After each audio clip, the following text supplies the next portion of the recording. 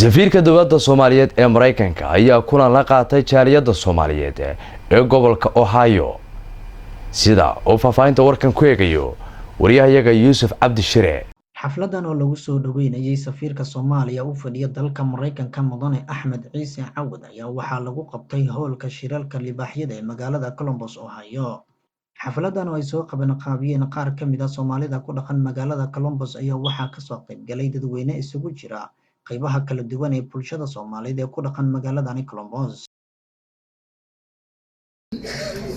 socdaalka safiirku wuxuu ku saabsan yahay inuu xoggaal u noqdo Somali community Columbus qaab nololeedkeeda iyo sida ay xaaladoodu tahay inuu u kuurgalo ayuu safiirku noogu yimid. marka waxaa la rabaa annaga inaan tanasulaad isu sameyno oo aan waxaan samaysano aan empower gareyno oo kor aan u qaadno maahan in waxaan samaysan hadan inaan dhulka dhigno looma baahna. marka ugu horeysa waxaan ku soo dhaweynaynaa Columbus ambassadorka Soomaalida ee United States Axmed Ciise Cawad oo ah markii Soomaaliya dib u dhalatay ambassadorkii ugu horeeyay oo yimid wadanka Mareykanka.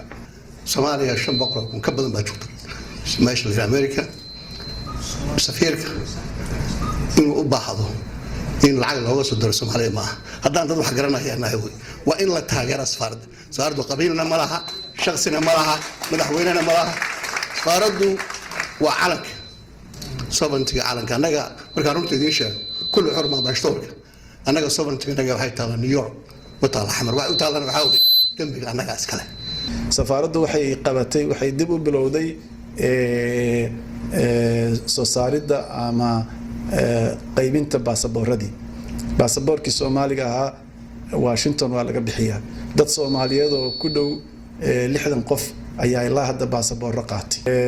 dowladda Mareykanku ma aqoonsana baasaboorka Soomaaliga qofka Soomaaliga xataa mas'uuliyiinteena markay imaanayaan Mareykanka waxa la siiyaa waraaq fiisu ku qoran yahay oo la yiraahdo baasaboorka lama aqoonsana.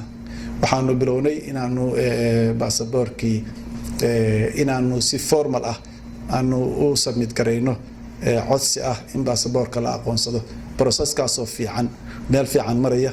waxa weeyaan annagu qof Soomaaliya hal celiyo ma niraahno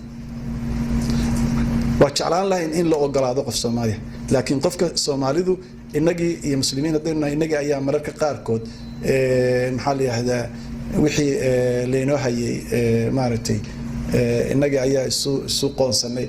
That's why Somali badan halkaan u joogaaniin. marka we have to be fair to people, we have to be fair to the systems. marka midda kaleeto annagu waxaanu nahay foreign entity dadka waxaan u sheegnaa idinkana hadda idin sheeg waa markii ugu horeysay safiirka uu soo gaaro magaalada Columbus tan iyo intii loo soo magacaabay xilka safiirnimo. Cabdisalaan Maxamed Shaaciye, SBC Columbus.